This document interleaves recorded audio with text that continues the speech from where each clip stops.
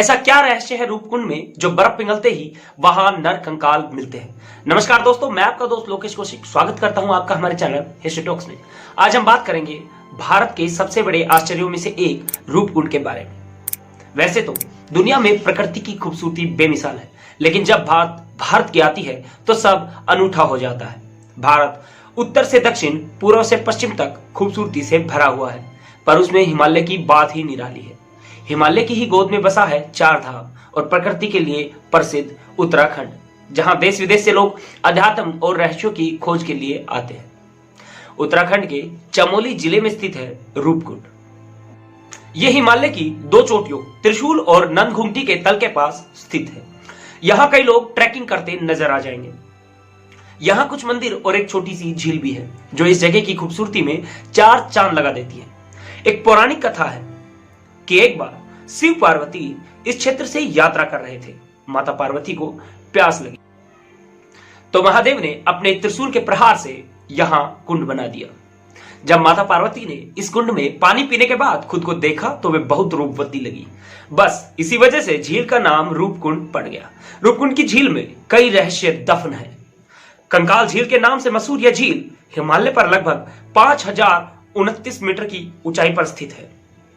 हर साल जब भी बर्फ पिघलती है तो यहाँ कई सौ खोपड़ियां और नरकंकाल देखे जा सकते हैं।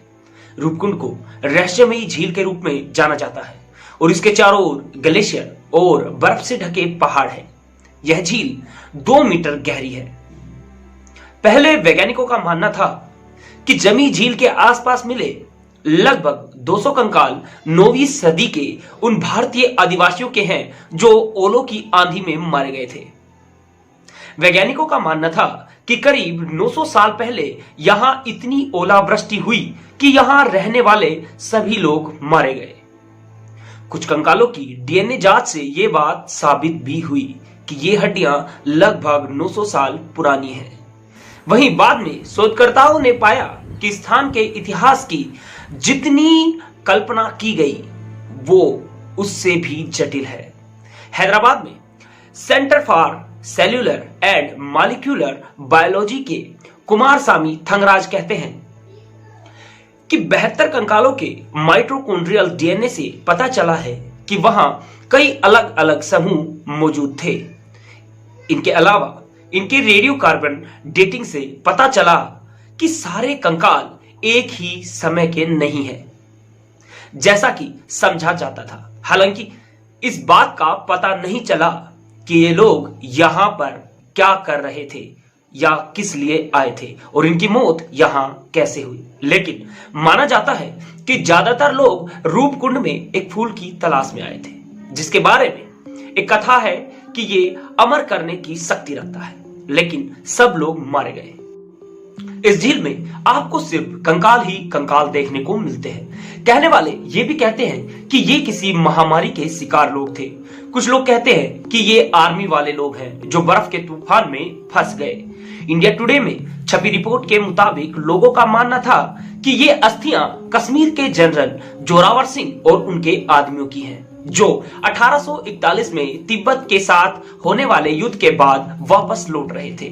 1942 में पहली बार एक ब्रिटिश फॉरेस्ट गार्ड H.K. माधवल को ये कंकाल दिखाई दिए थे।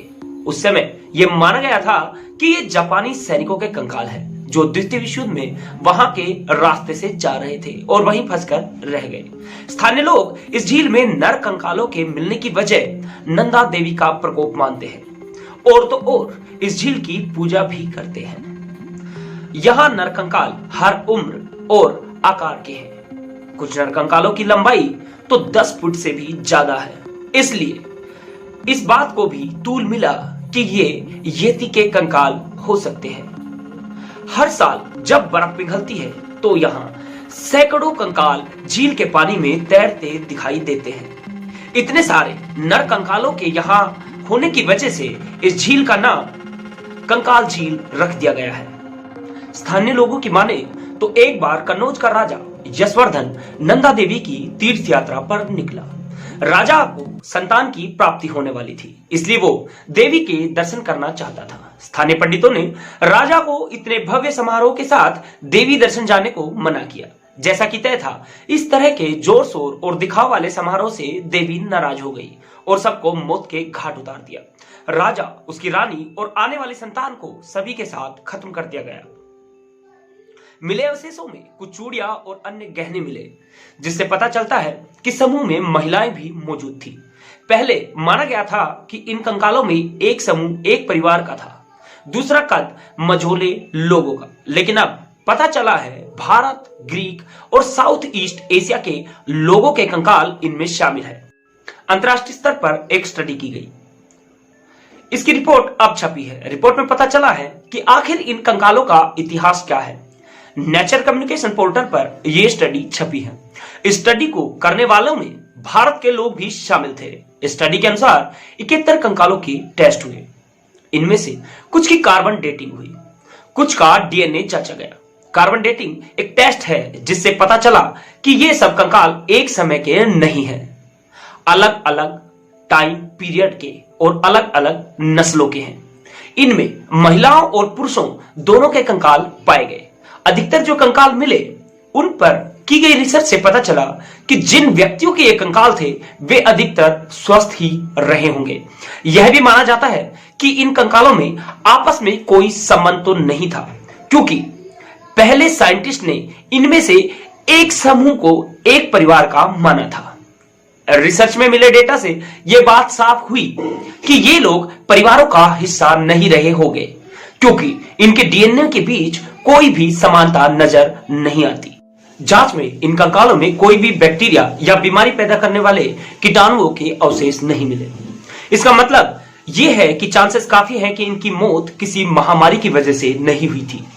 हालांकि इसको लेकर ध्यान में रखने वाली बात यह भी है कि इतने समय बाद विषाणुओं की जांच में फर्क हो सकता है।